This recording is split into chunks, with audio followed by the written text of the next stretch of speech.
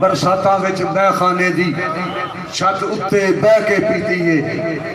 پہلا وہاں انہاں رنداں چوں جنہیں کھلی بغاوت کیتی ہے تے منافقاں کرو نہ چکیا پہاڑ مسلح دا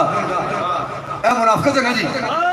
اے ساڈا اپنا اسلام کڑیا ہوا ہے جی ساڈے پیر صاحب نے 50 عمرے کر لینے جی ساڈے پیر صاحب نے 150 عمرہ کر لیا جی ساڈے پیر صاحب نے 500 عمرہ کر لیا انہاں 60 حج کر لیا جی میں تے آپ اتنے رہا ہوں میں جناب 200 عمرہ کیتا ہے بھائی تو جننے مرضی عمرے کر لے نا کم از کم اے تو دس نا پوری امت تقریباً 2.25 ارب بندہ 1 کروڑ عمرہ کر لے 1 کروڑ حج کر لے 1 کروڑ نفلی روزہ رکھ لے 1 کروڑ شبینہ کر لے انہاں ساریاں عبادتاں نے ڈاکٹر آفیہ صدیقی نے فائدہ کی ہے اے تو دسنا ایک گل کر کے میں دسنا چاہنا کہ ستاروں سے آگے جہاں اور بھی ہیں ابھی شکے امتحان اور بھی ہیں انہاں نماز روزہ زکوٰۃ تسبیح لوٹا مصلح یا تو نے میں ہزار میں دروشی پڑھ لیا تو میں دین دا حق ادا کر دیتا ہے میں بڑا صوفی ہاں میں تہجد پڑھ لیے میں عمرہ کر لیا حج کر لیا سارے بچے نے شادی کر دیے میں جناب جائیداد تقسیم کر دیے تو کمایا کدے واسطے سی تو کمایا بھی تو انہاں واسطے سی نا وہ دین واسطے کی کمایا ہے دین نو کی دیتا ہے تے دین تینوں کی نہیں دیتا دین تیرے نہ کہڑی نیکی نہیں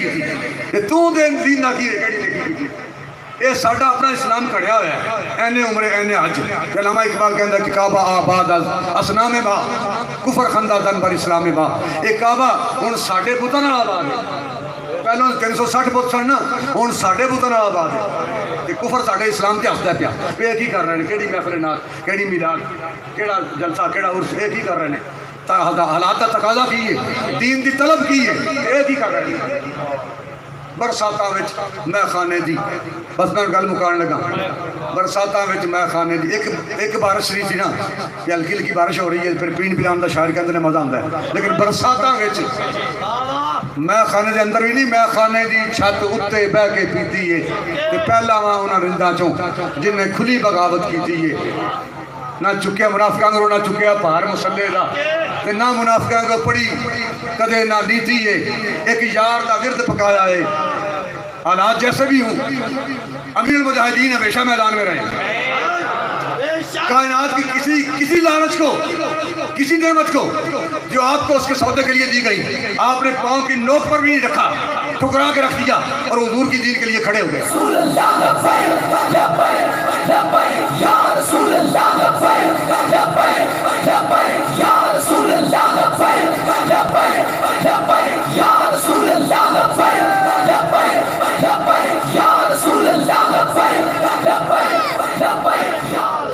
لوگ کے گل نہیں کی تھی میدان گل کی تھی نہیں حضور دی عزت ناموس سے سودا نہیں ہونا برساتاں وچ میں خانے دی چھت اتے بہ کے پیتی ہے کہ پہلا ماں انہاں رنداں چوں جن نے کھلی بغاوت کی تھی آ جاؤ آئی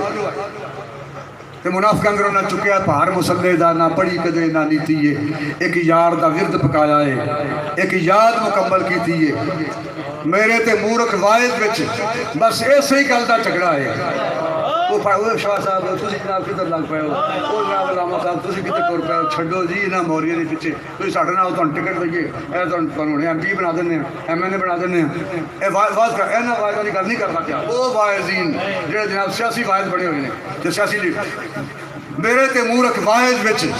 بس ایسے ہی گل دا جھگڑا ہے میں آکھاں رب میں خانے وچ او آکھے رب مسیتی ہے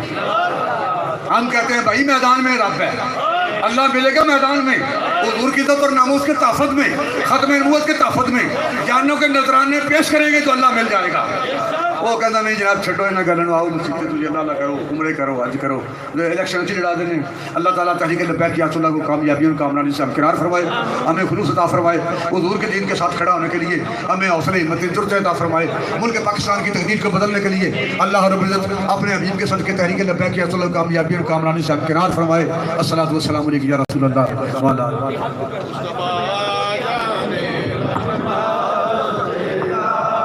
کو سلام